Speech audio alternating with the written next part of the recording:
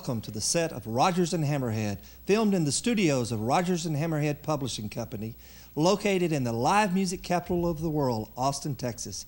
Our special guest today is legendary songwriter Mr. Sonny Throckmorton. Sonny has written 17 #1 hits. Our hosts, Bill McDavid and Freddy Powers, are better known as Rodgers and Hammerhead. Without further ado, here's Freddy and Bill. Hey, thank you, Randy. Sonny, how you doing, man? Thank you. Shoot, Roger Miller once told me you couldn't break my heart if you tried, and that's about where I'm at. We're lucky. We've been getting to spend a lot of time with Puddin' lately, and everybody calls Sonny Puddin', and he calls everybody else Puddin'. I call everybody Puddin' too. He calls everybody You Puddin'. call everybody Puddin'. We've had a lot of fun the last few weeks with Sonny, and we're glad to have you here, man. Don't tell everything we've been doing. Oh, though. I won't. No. I won't even tell a little bit of it. Well, we've got some stories to tell, I know that. Sonny, you're one of our, Bill and I's heroes. We play your tape all the time down here in the cars and everywhere else. And Bill has made me teach him every one of your songs off that tape. He makes me sit down and put the chords down. And, Ooh, Lord, and he's got about 4 of them down real good right What now. a mundane task that must be. It's pretty mundane. Not as mundane as it used to be. What do you got over there you want to play for us good folks over here in Got anything Austin, new Texas? you want to play? New. Or old? I tell you what, I'm like Daryl Ross said, I just dance with who brung me in. That's good. I'll just stick with some of the things maybe they've heard. Good. Here's a song I wrote. I was sitting in a parking lot of a big mall one day, and this lady come walking by the car, and I kind of watched her, and she gave me absolutely no response at all, which I'm used to, you know. But this song came into my head as this occurred, and the Oak Ridge Boys cut this, and I'll just try to do you 2 or 3 songs that have been hits. Okay. Let's see. Oh, when I wish you could have turned my head and left my heart alone. Ever since I met you, baby, you have done me wrong. You walk by and you shake that thing, and you know I'm not that strong. Wish you could have turned my head, left my heart alone. Oh, when I'm knee deep in loving you, and I done got deeper than I wanted to, it'll probably drown me before I'm through. But I'm knee-deep in loving you. Everybody's saying you're not staying kind. Ain't like a natural fool to think you will this time. It's too late for changing what I'm feeling down in me. I'm standing here with a whole lot more than sand on my feet, and I'm knee-deep in loving you. I done got deeper than I wanted to.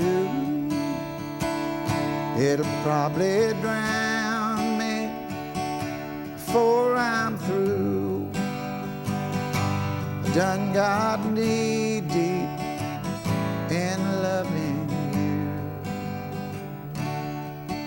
Oh, trying to love 2 women is like a ball and chain. Trying to love 2 women is like a ball and chain. Sometimes the pleasure ain't worth the strain. It's a long old grind, and it tires your mind. Oh, when trying to love 2 women It's tearing me apart. Trying to love two women is tearing me apart. One's got my money and the other's got my heart, and it's a long old grind, and it tires your mind. It's a long old grind, and it tires your mind.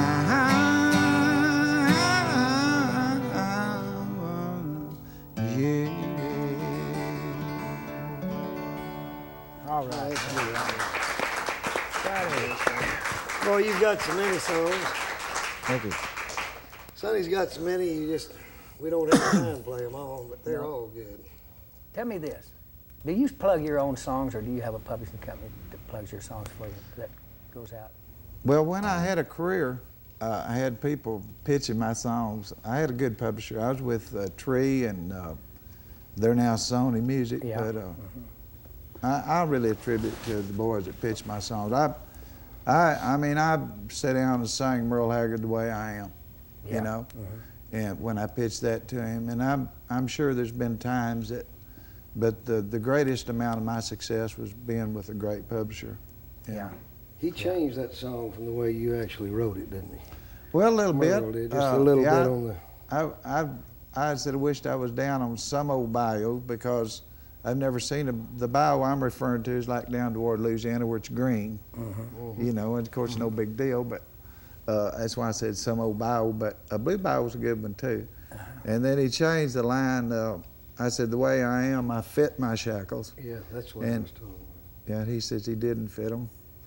I don't know how they helped him, but... You know, if it's any comfort to you, all the years that I was with Merle out on the road, he did that song every night. He asked me That's when a he... good song. He did that every night. That was part of that. There's another one he did was the Footlights. I remembered he did no matter if he didn't do anything else, it seemed like he always did. He asked me when he cut the song, he said, will you do me a favor? He said, I just love the song. He said, I want to cut it. He said, but will you do me a favor? And I said, sure, you know, anything to get a Merle Haggard cut. At that time, he was God, and he still is, you know, but at that time, he was #1 on the radio, I mean, hot unit, you know, and it wouldn't matter. I'd still do it today. It wouldn't matter, but I'm getting into trouble with this. But anyway, he asked me, he said, but if I do your song, will you promise me that it'll always be my song? And I said, Hag, I said, after you sing it, it'll always be your song. I guarantee no one else will sing it again like you will. And yes, that's an easy promise. When you write songs, are they mostly something you've experienced or just something you witnessed, or do you just dream them up? I'm not smart enough to do that, and I don't try to do that. I'm pretty much a reporter, and it's what I see people do and what I feel in my heart and what I see other people feeling. I just try to be a big old pad that absorbs all that. Yeah. And, What inspired The Last Cheater's Waltz? I knew he was going to get out of that. God, I love that song.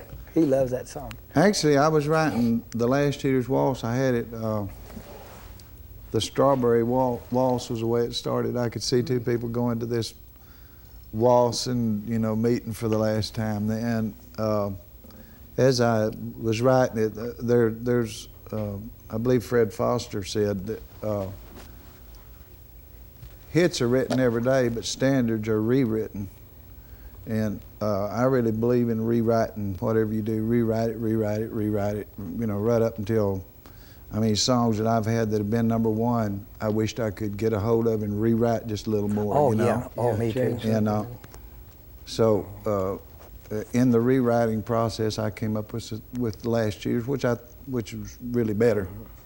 But Strawberry Waltz was a melody that I had when I was doing the ooh, don't it make you look lonely and all Boy, it's that. one of my favorites. Bill's There's a played lot that- of feeling in that song. Yeah, it was. Bill Hammerhead played this thing over and over and over and over again. Well, Do The Last Cheater's Waltz. Yeah, do The Last That's- Cheater's We Waltz. got to hear that. I like this one because I get to play lead on it, and I What key you do this in? do it in D. D.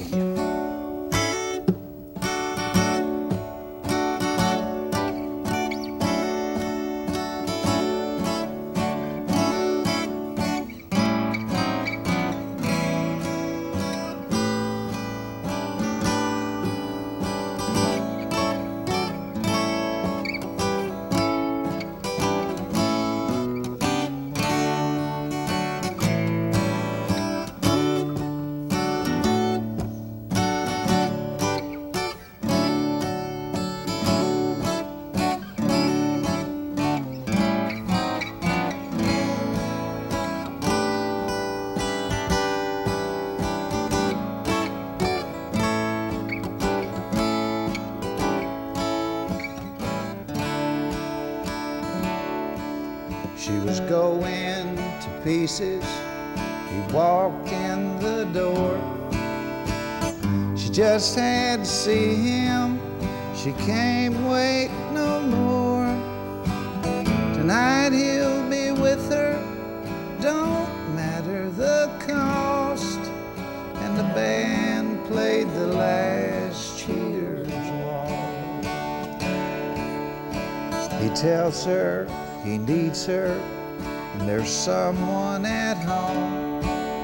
He tells her he needs her, screwed up that line. It goes on. The ball game's all over and she knows she's lost. And the band played the last Cheaters Waltz. And don't it sound lonely?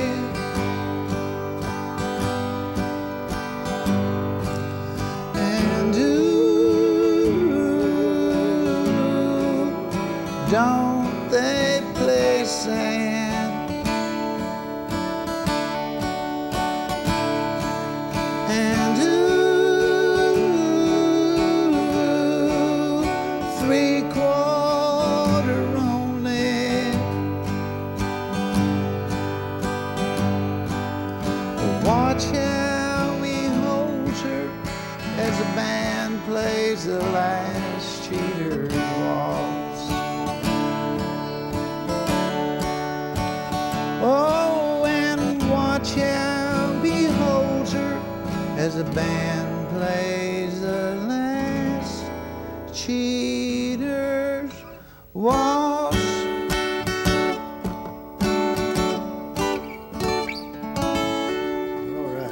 All right, Sonny. All right, Sonny. All right. That's really good. Let me ask you this. What is your biggest song? I mean, all of your songs were big hits. What do you consider your biggest song? Well, I don't know. Last Cheaters Waltz is a big song. Wish I Was 18 Again. Oh, yeah. That's, big boy, one. what a There's classic song. You got to do that song. Of course, Trying to Love Two Women, believe it or not, is Oh, that's a one of good the song. all-time biggies. They love it in Europe a lot. I guess they try that maneuver a lot over there. They try that a lot in America, too. I used to write these songs and they'd come true on me. Oh, yeah, you made them up and they come true. Really, no, I'd see it happen to somebody else. Like Middle-Aged Crazy, I saw that happen to a lot of people, you know. Oh, that's a great song. Last Cheaters Waltz, all these songs, you know, I'd write them and then later on, Trying to Love Two Women. At the time I wrote that, I was a very happily married man and never dreamed that anything like it could ever occur in my life. And all of a sudden I found out it was like a ball and chain, you know, and at the time it was a real frivolous lyric, you know, and then when it happened it was really real. And that's been a big song. Did you mean that? Yeah, I that don't know. trying to love them. Cowboy Rides Away has That was a big been a one. big song. Yeah. I don't know. Why You know, Not Me has got to be a big song too. Yes, Why Not Me has been a large song. That's good. A song I never do is that Mo Bandy did, It's a Cheating Situation. Yeah, It's a I remember. cheating That's been a big situation. one. Yeah.